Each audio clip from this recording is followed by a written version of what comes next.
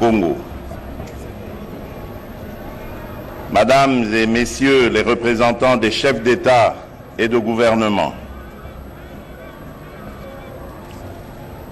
Mesdames et Messieurs les ambassadeurs et chefs de mission diplomatique, chère famille Lumumba, distingués invités, mes très chers compatriotes, après 61 longues années, Patrice Emery Lumumba, héros national, combattant de la liberté, défenseur de l'unité nationale, est de retour chez lui, parmi nous. Enfin, le peuple congolais peut se faire l'honneur d'offrir une sépulture à son illustre Premier ministre qui n'en avait jamais eu. Ceci, non seulement au mépris de la tradition congolaise qui exige que soient organisés funérailles et deuils rituels pour assurer le passage du défunt dans l'au-delà, mais également de cette croyance qui stipule qu'une âme sans sépulture soit condamnée à une errance sans fin.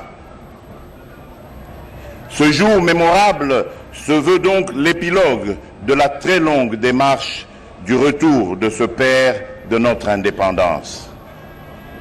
Il nous donne enfin l'occasion, en tant que peuple, d'accomplir le devoir que nous prescrivent les traditions millénaires léguées par nos ancêtres et de lever ainsi, en compagnie de la famille Lumumba, ce deuil entamé il y a 61 ans. Ce deuil que nous levons aujourd'hui interpelle la conscience congolaise à saisir le sens de son histoire, à se réconcilier avec elle afin que celle-ci habite le Congo. Excellences, Mesdames et Messieurs, chère famille Lumumba, mes très chers compatriotes, je souhaiterais saisir cette circonstance particulière pour rendre hommage à tous les hommes et à toutes les femmes de bonne volonté qui ont rendu possible la matérialisation de ce moment historique. Ma pensée va d'abord, et tout à fait naturellement, à la famille biologique de notre héros national. Par-delà les épreuves d'une disparition cruelle, cette famille a connu et traversé une longue période d'une insupportable absence sans jamais se départir de sa dignité. En cela, elle a démontré à la face du monde sa pleine adhésion, sa pleine communion avec Patrice Emery Lumumba. À la famille ici présente, enfants, petits-enfants et arrière-petits-enfants, je réitère la reconnaissance de la nation tout entière, fière de s'associer à l'héritage politique et spirituel légué par leur illustre aïeul. Je voudrais également remercier le peuple belge et ses autorités, particulièrement le roi Philippe et le Premier ministre Alexander De Croo, non seulement pour la part déterminante prise par la Belgique à travers notamment ses universitaires, ses parlementaires et ses leaders d'opinion, mais surtout pour avoir contribué au rétablissement de la vérité sur ce triple assassinat. Après des années de déni, l'histoire tragique du martyre de Lumumba et de ses deux compagnons, Maurice Mpolo et Joseph Okito, qui viennent d'être admis depuis le 9 juin dernier dans l'ordre national héros nationaux Kabila Lumumba, est enfin mieux connu. En effet, c'est seulement après avoir dit la vérité, après avoir établi les responsabilités des uns et des autres, que nous pourrons ensemble, Congolais et Belges, entamer l'étape déterminante du pardon, de la justice et de la réconciliation véritable et définitive. Enfin, ma reconnaissance s'adresse aussi tout particulièrement à vous tous qui formez l'ensemble des peuples du Congo et d'Afrique, car vous avez fait preuve de patience, de maturité, de retenue et de solidarité.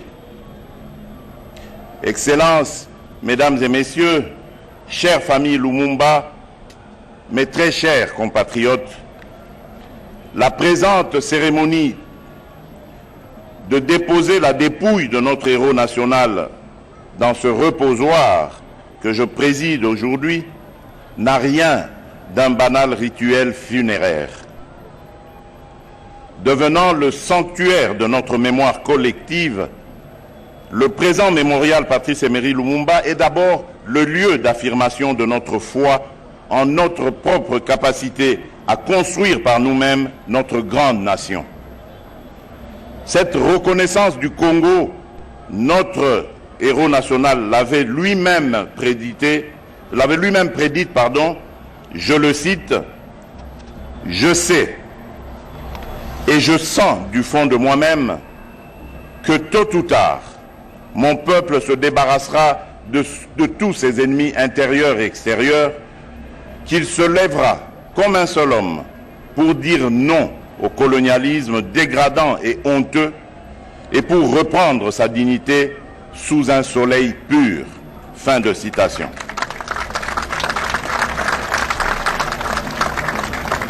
En ce jeudi 30 juin 2022, coïncidence heureuse au jeudi 30 juin 1960, mobilisons-nous pour faire de ce mémorial le lieu du renouvellement de notre engagement individuel et collectif. L'engagement à parachever le noble combat qu'il avait entamé. L'engagement à garder et protéger les valeurs pour lesquelles il a donné sa vie. La cérémonie de ce jour ne peut donc revêtir tout son sens et tout son éclat que si elle donne l'occasion à chaque Congolais, à chaque Congolaise, de se laisser interpeller par les dernières paroles de Lumumba à ses enfants. Je cite, « À mes enfants, que je laisse et que peut-être je ne reverrai jamais.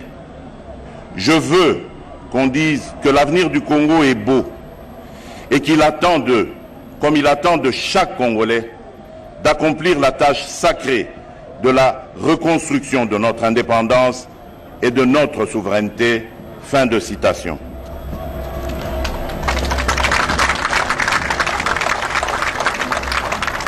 Dans cette optique, je nous invite, chers compatriotes, à faire de ce mémorial Patrice Emery Lumumba un lieu de recueillement susceptible de raviver l'idéal patriotique et républicain, sublimé par les gestes ainsi que les paroles de notre héros national.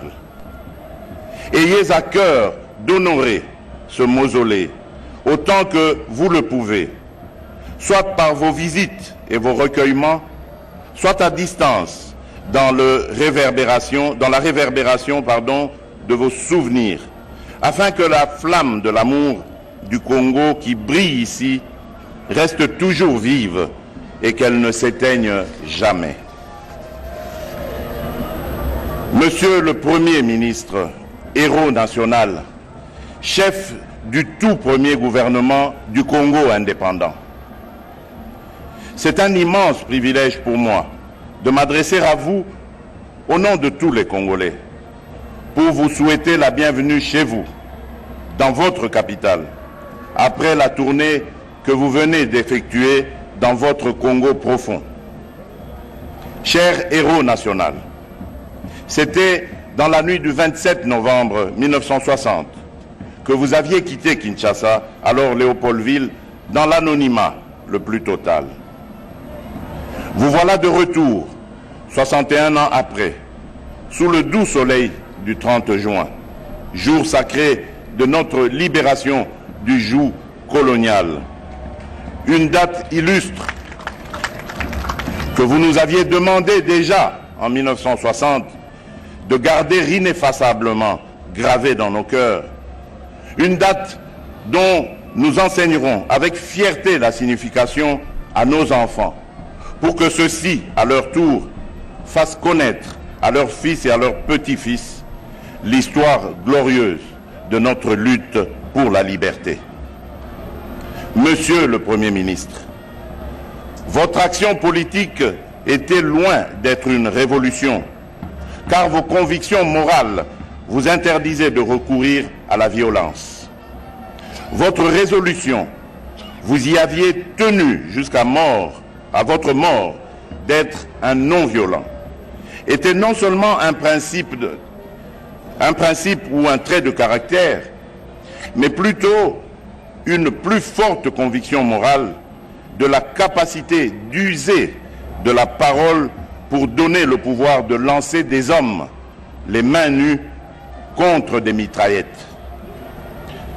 Par cette conviction de non-violence, vous aviez capté la révolution au passage, vous l'aviez marquée de votre sceau et vous l'aviez orientée.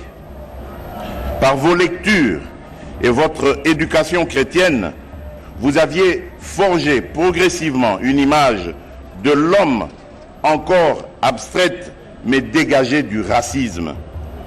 Vous étiez capable d'expliquer la situation du Congo par des références à la Révolution française ou à la lutte des Hollandais contre les Espagnols.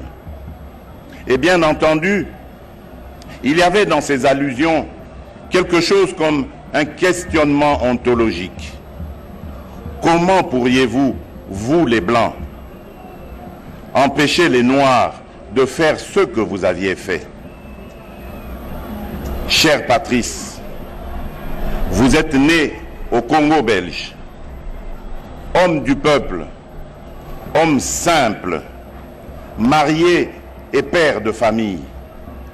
À l'instar de la plupart des membres de la classe sociale dite les évolués à laquelle vous apparteniez, vous aviez été forgé dans les écoles coloniales et les missions catholiques qui avaient pour objectif de former les autochtones à la soumission à l'ordre colonial.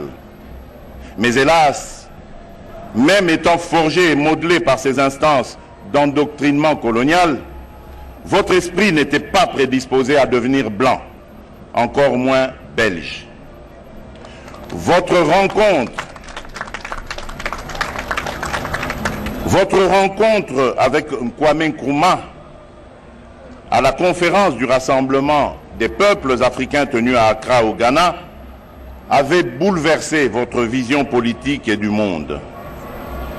À votre retour d'Accra, lors de votre premier meeting à Kalamu, à Kinshasa, vous aviez déclaré, je cite, « L'Afrique est irrésistiblement engagée pour sa lutte sans merci contre le colonialisme et l'impérialisme ». Fin de citation. Vous aviez intégré votre combat pour la liberté et l'indépendance dans une perspective de lutte globale pour toute l'Afrique. Vous aviez déclenché la lutte africaine sans merci en vue d'arracher l'indépendance, la souveraineté et la liberté. Votre mémoire est aujourd'hui inéluctablement associée au refus rigoureux de la solution néocolonialiste. Votre solidarité avec les masses populaires poussées à la périphérie sociale des États africains a internationalisé votre lutte contre l'impérialisme, intégrant ainsi au mouvement un maximum de peuples et de régions. Plus de 60 ans après l'indépendance, vous demeurez, Monsieur le Premier ministre, une figure inspirante à l'échelle internationale. Ceci traduit le défi national et mémoriel autour de la construction de notre identité nationale. Ainsi, en raison de votre audace avec laquelle vous aviez véhiculé des idées anticolonialistes, vous êtes pour nous, nationalistes congolais, et pour les peuples progressistes disséminés ailleurs dans le monde, le symbole de la lutte pour la liberté, l'indépendance et la souveraineté des peuples. Bien plus, vous représentez ce flambeau qui ravive nos élans pour continuer la lutte noble pour plus de liberté, de démocratie et de développement. Le contexte dans lequel vous et vos contemporains aviez vécu est peu différent du nôtre, en ceci que les inégalités et les rapports asymétriques entre les peuples, l'injustice rétributive, ainsi que le fossé grandissant entre les riches et les pauvres demeurent d'actualité. Sous ce registre, vous êtes aussi une source d'inspiration et une motivation pour les combats futurs. Vous nous avez prouvé qu'on peut avoir foi en l'homme qui, imprégné des valeurs de justice et de liberté, est en mesure de se forger les armes pour la conquête de l'avenir qui lui convient. C'est possible. L'égalité entre les citoyens, les droits fondamentaux de la personne humaine, la justice sociale et la liberté étaient le leitmotiv de votre combat. Profond respect. Je vous remercie, Monsieur le Premier ministre, chef du gouvernement du Congo indépendant, notre héros national, désormais reposé en paix. Excellences, Mesdames et Messieurs, chère famille Lumumba, mes très chers compatriotes, Patrice Emery Lumumba conservait l'espérance de souder tous les Congolais, d'où qu'ils venaient, dans un parti supra-ethnique. Ce parti, Lumumba seul était qualifié pour le fonder. Ce sera le Mouvement national congolais, MNC en sigle, un parti universaliste, par-delà les ethnies et les frontières. En un mot, c'était le mouvement des évolués. On lui trouvait des militants un peu partout et sans trop de peine, surtout dans les villes, car Patrice Emery Lumumba ne voyait pas le conditionnement social. Excellences, Monsieur le Président de la République du Congo, Mesdames et Messieurs les représentants des chefs d'État et de gouvernement, Mesdames et Messieurs les ambassadeurs et chefs de mission diplomatique, chère famille Lumumba, distingués invités, mes très chers compatriotes, Patrice Emery Lumumba a été un humaniste irréductible et son intransigeance le conduisit au sacrifice suprême, une espèce de suicide. Son engagement a été exceptionnellement notable, un engagement pour le changement de l'ordre colonial établi. Aujourd'hui, le peuple congolais est à même de comprendre comment et pourquoi il a vaillamment affronté l'oppression de l'époque sans crainte ni tremblement. Nous comprenons avec quelle obstination il ne cessait d'éveiller ses compatriotes, de les inciter à la conscience historique, au nationalisme et à l'humanisme, bref, à une lutte noble. Je conclus cette oraison funèbre en l'honneur du Premier ministre congolais en empruntant des propos à Nelson Mandela qui déclara, je cite, « Je ne suis pas né avec une faim, FAIM, de liberté libre de toutes les façons que je ne pouvais connaître. Mais alors, j'ai lentement découvert que non seulement je n'étais pas libre, mais que mes frères et mes sœurs ne l'étaient pas non plus. J'ai vu qu'il y avait aussi celle de tous ceux qui me ressemblaient. C'est alors que j'ai rejoint le Congrès national africain et c'est alors que ma faim, FAIM, de liberté personnelle est devenue faim, FAIM, de liberté de mon peuple. Tels seraient peut-être aujourd'hui les propos de Lumumba pour expliquer sa lutte. que la terre de nos ancêtres vous soit douce et légère. Je vous remercie. L'oraison funèbre étant dite par le président de la République, je crois que